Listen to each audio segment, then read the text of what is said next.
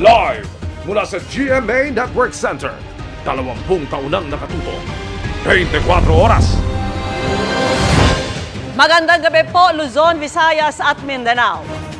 Malungkot ang bagong taon para sa isang pamilya matapos mamatay sa sagasa ng taxi ang isang bata sa Caloocan. Kritikal naman ang lagay ng pisa ng biktima na pumailalim din sa sasakyan. Ang nahulikam na disgrasya sa pagtutok ni Darlene Kai.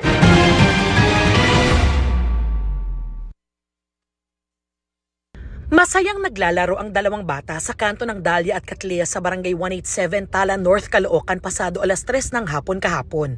Ang magpinsan ay edad 5 at 6 na taong gulang. Maya-maya, dumating ang isang taksing pumormang liliko sa Dahlia Street. Makikita sa kuha ng CCTV na pinaalis niya ang mga bata kaya tumuturo siya mula sa loob ng taxi. Agad dumating ang isang batang babae para sabihan ng dalawang batang umalis dahil may sasakyan. Pero hindi pa nakaaalis ang mga bata, nagdire-diretso ang taxi sa pagliko. Sa pool ang mga bata at parehong pumailalim sa gulong ng taxi. Huminto ang driver pero hindi niya agad naiatras ang taxi. Doon na nagdatingan ang ilang residente. Sabi ko sa kanya, Kako Brad, lumabas ka, iatras mo ang taxi mo kasi ang dalawang bata andyan na sa ilalim. Nakita niya na, pag atras, yung isang bata na naabot yung paa, yun ang nakalabas kasi matras na gumapang. Pero yung isa, puruan, nangitim na. Nakagapang palayo ang 6 na taong gulang na si JC. Mas matindi ang tama ng pinsan niyang si Ismael, 5 taong gulang. Dali-dali siyang binuhat ng kanyang ina at dinala sa ospital. Pero agad din siyang binawian ng buhay. Nahanap niya yung papa niya. Nung dumating ako. Papa, sabi niya. Sabi ko, anak, pagpunta na si papa. Mga ilang salita lang siya sa akin. Tapos sabi niya, madilim daw yung paningin niya, wala raw siyang makita sa akin. Sabi ko na kasi yan nabundol kaya ay ko pahinga ka lang. Labis ang paghihinagpis ng mga magulang ni Ismael na hindi pa rin makapaniwala sa nangyari. Ang saya-saya pa raw ng kanilang anak isang araw pagkatapos ng Pasko dahil bumili siya ng mga bagong laruan. Wait na anak ko.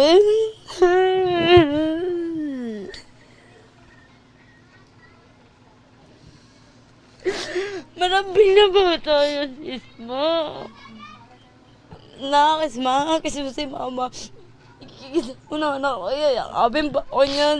Mamalengke kami, siya lagi yung kasama. Siya lagi. Basta yung pa yung katabi namin lagi sa tutulog, yung sa bunso namin isang taon Kasi gusto niya lagi kami tabi.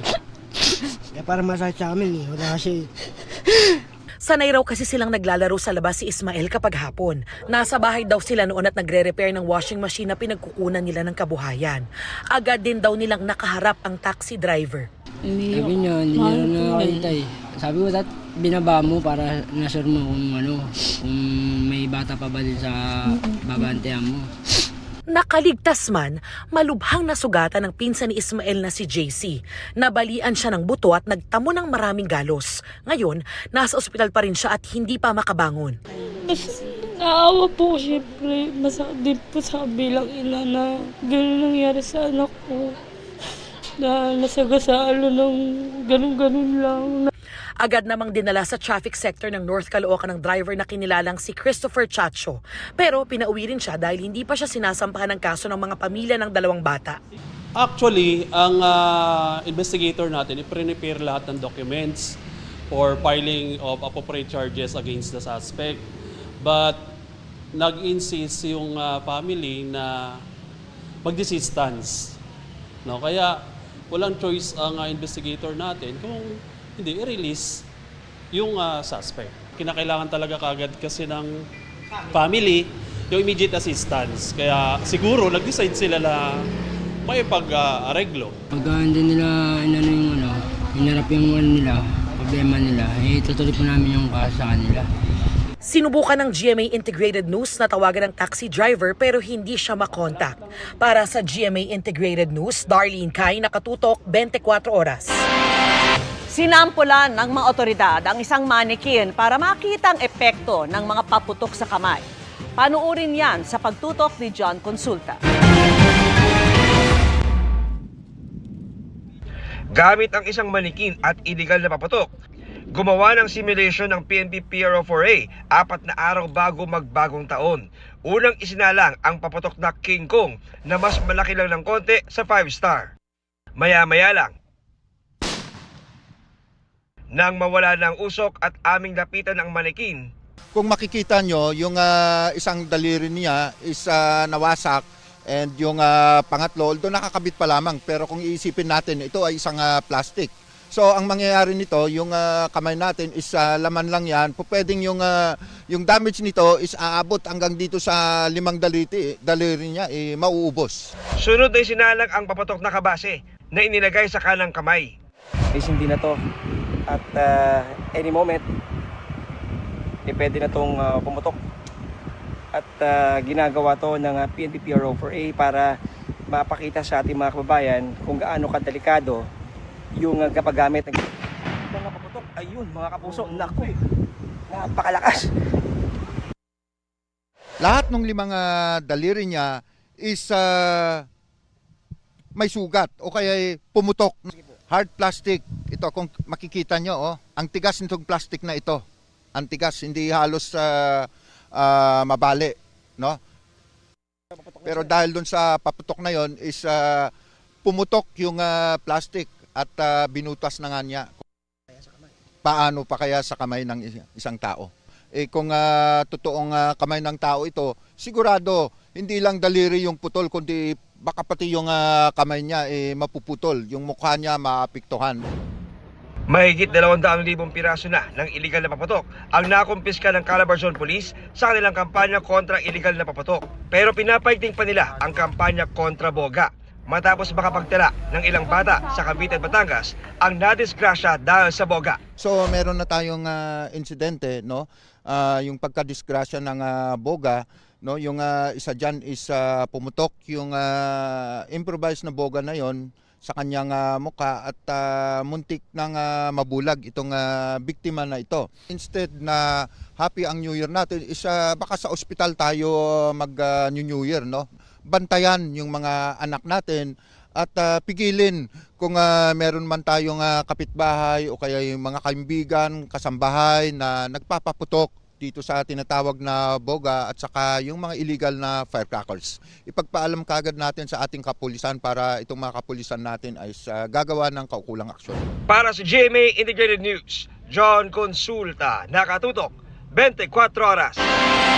Dumarami ang dumarayo pa sa Bocaue, Bulacan para mamili ng mga paputok at pailaw. Pero ingat sa mahabang biyahe, pauwi para hindi yan magliyab nang wala sa oras. Kung paano? Alamin natin sa pagtutok ni June Veneracion, live mula sa Bocaue, Bulacan. June. Emil, hindi tulad ng mga nakarang araw ay wala ng patid yung pagdating ng mga namimili ng paputok at pailaw dito sa Bocaue, Bulacan. 24 oras ang bukas sa mga tindahan dito para yung mga nais makaiwas sa matinding traffic ay magkakaroon pa rin ng pagkakataon na bumili kahit alanganing oras na.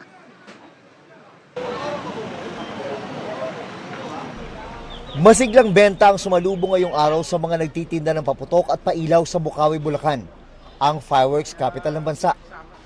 Pero dahil ibinaba ang presyo ng paninda para makasabay sa mas murang bentahan ng mga smuggled na paputok, apektado raw ang kita. Yung kita ngayon, sir, bali hindi ganong kalakihan. Kasi hindi naman kasi mataas yung aming presyo. Pero okay lang, sir, kasi maraming bumibili rito sa amin. At least hindi, sir, malulugi kami kahit kokonti yung kita. Ang kagandahan daw ngayon ay mataas ang demand at kulang ang supply. Kaya mas mataas na ang presyo ng Quitties, Judas Belt at Lucy's kumpara noong Nobyembre. Kaya mas konti ang nabili ni Allen sa budget na 50,000 pesos na para sa double celebration tuwing January 1. Birthday kasi ng misis ko, 1. Kaya sineselebrate ko yung talagang putukan. Dumayo pa mula Nueva Ecija si Nympha para bumili ng paputok sa halagang 40,000 pesos na kanyang ibebenta sa lugar nila. Konti lang po ikita, basta ma-dispose lang kaagad. Para iwas disgrasya sa pagbiyahe ng biniling paputok, narito ang ilang safety tips mula sa Bureau of Fire Protection. Siguruhin hindi direktang tamaan ng sikat ng araw ang inyong binili. huwag galawin ang packaging para hindi lumitaw ang mitya.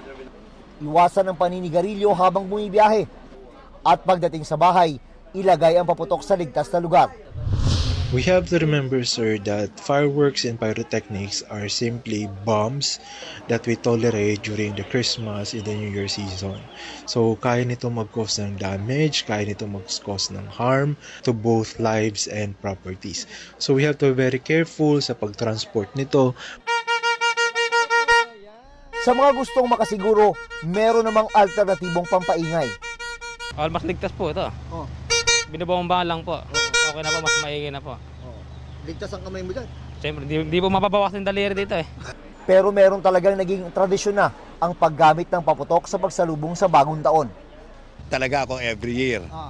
Pero nung pandemic, bumibili talaga ako para, sabi nga nila pampaswerte, awa naman ng Diyos, sineswerte. Yes, sir. Happy New Year! Happy New Year!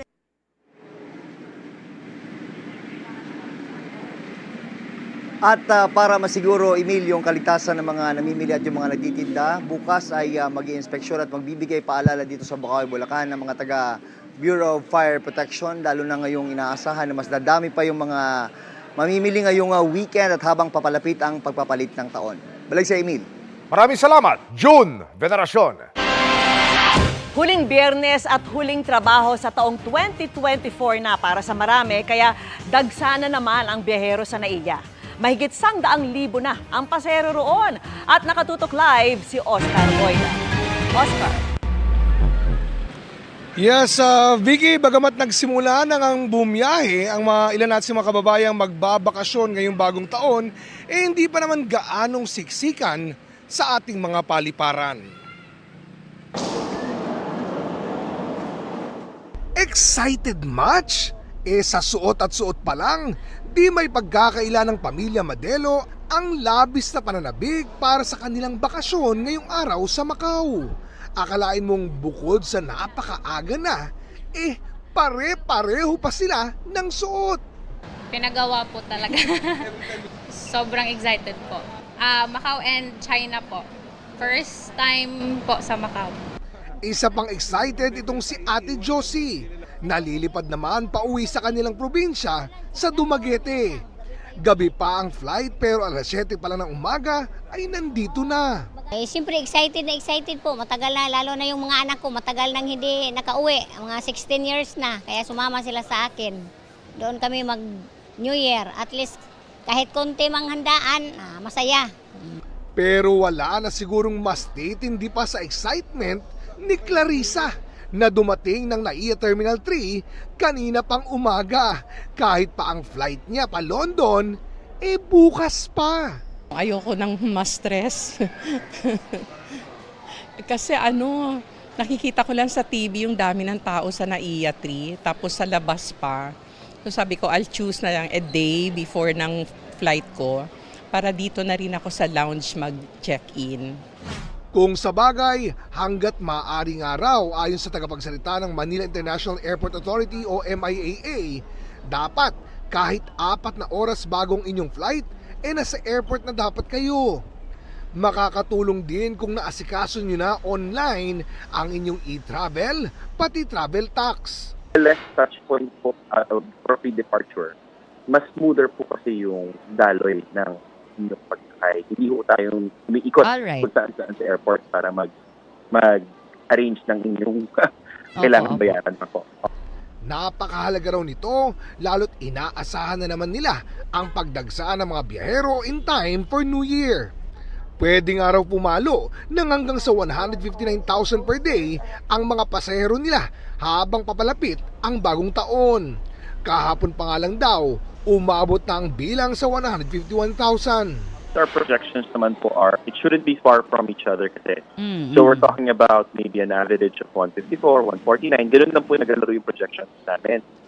Kanina, di pa naman ganun kadami ang mga pasahero sa NAIA Terminal 3. Sa NAIA Terminal 1 naman, bagamat nagsimula na rin ang pagdagsa ng mga babiyahe, higit pang bilang ng mga pasaherong inaasahan sa mga susunod na araw. Sa mga sandaling ito, Vicky, ay tuloy-tuloy pa rin ang dating ng mga pasahero dito sa kinaroroonan natin sa NAIA Terminal 1. Bagamat wala pa tayo nakatatanggap na kabuang bilang mula sa MIAA, sinabi na nila una na posible na umabot ito ng hanggang 159,000 bago sumapit ang bagong taon. Vicky? Maraming salamat sa iyo, Oscar Oida. Update naman tayo sa PITX. Alamin natin kung apektado ba ang dating ng bus na mga sira sa isang highway sa Bicol. Nakatutok live si JP Soriano. JP! Emil, mga kapuso, mag-alas 7 na ng gabi, wala pa rin pong batid yung pagdating ng mga kababayan natin dito sa PITX. Nakaramihan po sa kanila, Emil, ay matagal nang pinlano ang kanilang lakad at doon nga po magsasalubong ng bagong taon sa kanilang mga probinsya.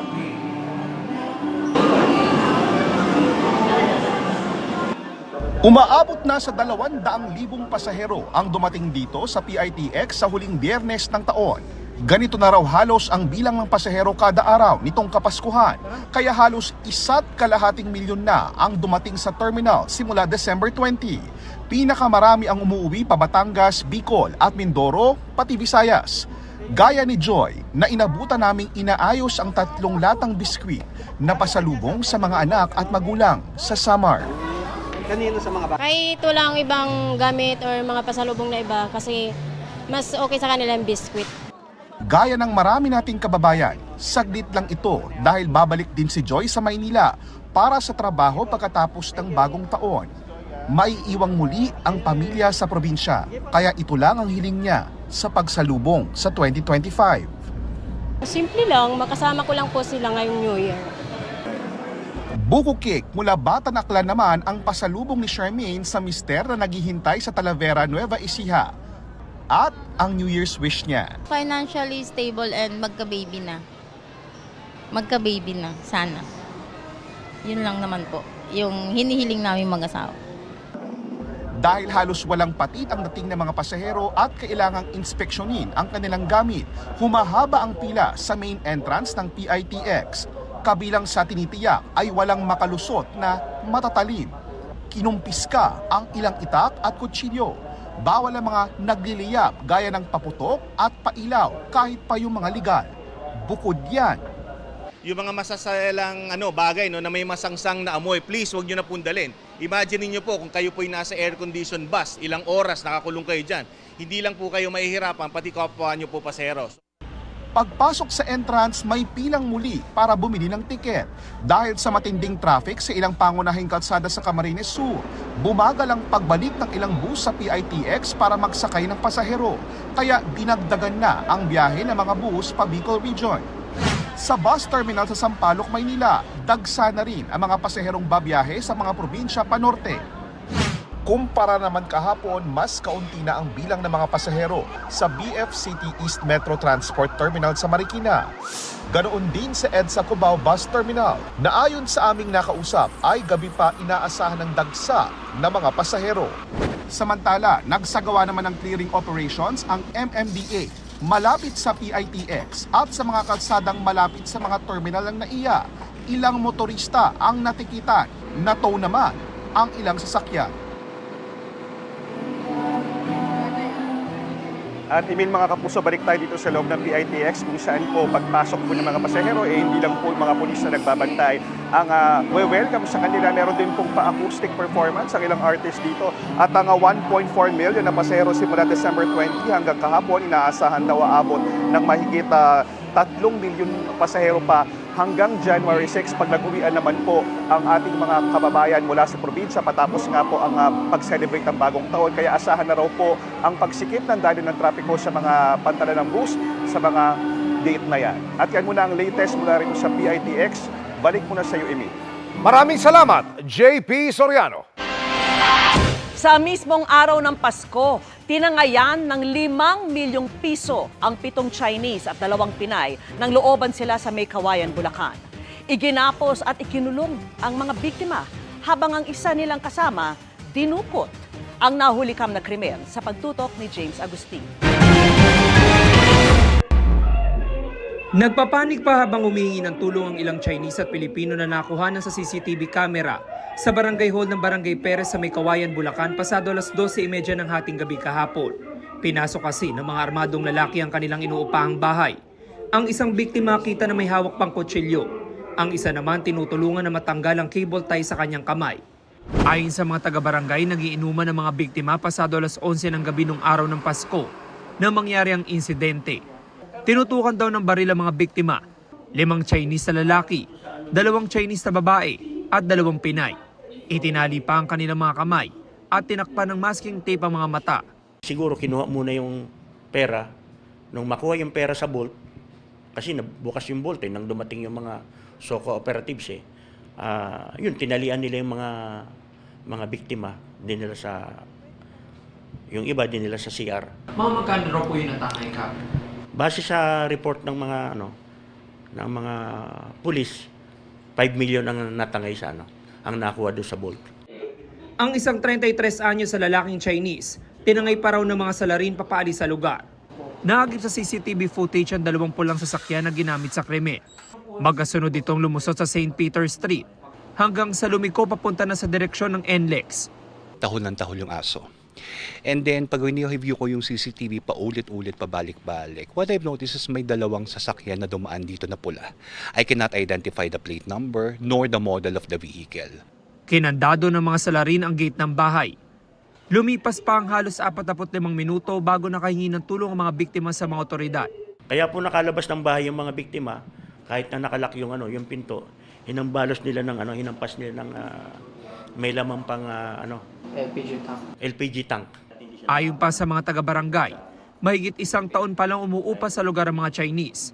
Ang kanilang declared na business is importer po sila ng mga garments. Nag-import po sila ng garments. Umuupa lang po sila? Opo. 20,000 po ang upa. Hindi pa malinaw sa ngayon ang posibleng motibo sa krimen. Sinusubukan pa namin makuha ang panig ng Kawayan City Police Station kaugnay sa sinasagawa nilang investigasyon. Para sa GMA Integrated News, James Agustin, Nakatuto, 24 Oras.